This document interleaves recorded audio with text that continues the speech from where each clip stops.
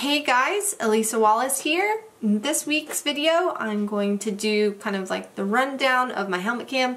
I know I've had lots of requests to do that, so for this week's, it's going to be Eton in his last run at Majestic Oaks. So for this week's vlog, I'm going to do a little walkthrough of my helmet cam from this past weekend at Majestic Oaks. And this will be the ride that I had on Eton. He is one of my Mustangs that I have. This will be going on 2 years of him being out of the wild per se. And he is competing at the novice level. The height is around 211 on the cross country. And you can see we're heading to the warm-up here. And for me, I tend to get on my horses around 30 minutes before to give them a nice, good warm-up, plenty of walk and trot before we head out on our designated time. And each cross-country round has an optimum time, so that is the time we are kind of allowed to come under, so we don't incur any time penalties. So here I'm at the start box and they are counting me down. There are 2 minutes before each horse. That's kind of the gap, so no one will run into each other. I always turn on my helmet cam about 30 seconds before I start and then turn my watch on 10 seconds before, so I have a 10-second buffer. And now they're counting me down. And for Eton, he just gets a little worried right here about going through the start box with the tent and everything, but once we were through that, we were fine. Now heading to our first fence. He jumps that really well. And he's starting to become really nice and confident. And this course has a bunch of kind of zigzags back and forth. We are allowed to walk the course before, and you see my numbers are black numbers on a white background for novice. Each level is different and all of our jumps are numbered. So we do have to walk the course. Our horses can't see it before and we have to memorize it. So coming to fence 2, 1, 2, and 3, we're pretty good. Now we're coming to fence 4, and this is called a pimple jump. So this log on this little hill here, and I tell Eton to kind of focus because you can see that jump judge right there, and he does that very clever, and I actually had to be very mindful of the tree, but I was really proud of him. That's actually a pretty tough question to ask for a novice horse, especially kind of this early on in the season, but he handled it like a pro. So now coming up, we're going to head over to the water complex, and he kind of gives a little spook here. Spectators sitting on the, well, not spectators probably, but fellow riders. Now we are allowed to kind of sit on other fences if they're not being used to make sure that we are out of the way. And coming to the water jump, again, he's going really nice and positive.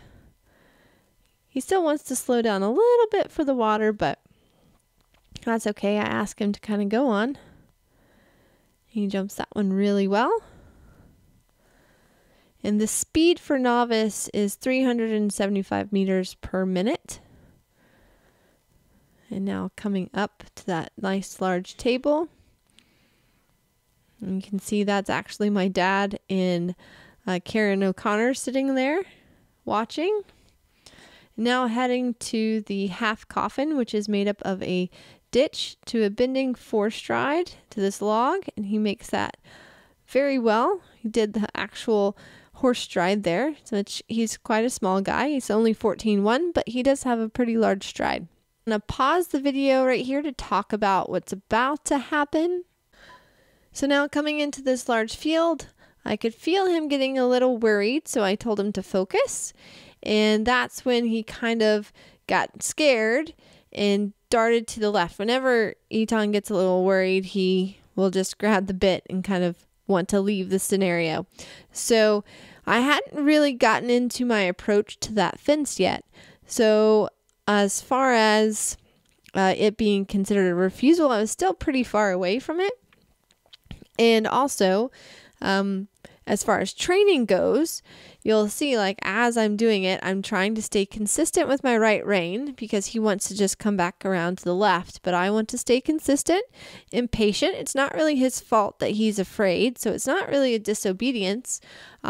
He's just kind of fearful right now, so I need to stick with him for a minute here until the reactive side of his brain kind of calms down, and then I'm going to turn him back around. And I'm not going to want to circle because I get pretty paranoid about the technicality of it. So I'm still, again, far away. I'm able to pick up the canter and come and jump it a little bit further away. And again, that jump judge was a smidge close. And now I super appreciate all of our volunteers and jump judges. They did a great job. And it was a cold day. But for the novice horses, I do feel that they were a little close to some of the jumps. And now coming down to this jump here, again, I tell him to focus because there's a couple more people there. And for Eton, that's kind of his bigger worry, or people, not really the jumps. He does this really well. He jumps off, lands, and we're able to do this in 6 strides. It's quite a decent sized ramp down the hill. And then because of kind of the issue I had in that middle field, that took up a bit of time. So I'm kind of always keep telling him, come on, bud, we got to keep going. We got to go a little faster so I can make up that time that we wasted in that middle field. And coming to a fence that's called a tricaner. So this has a log with a ditch underneath it. Absolutely no problem for Eton. He's not worried about ditches at all. And now coming up to the last fence here.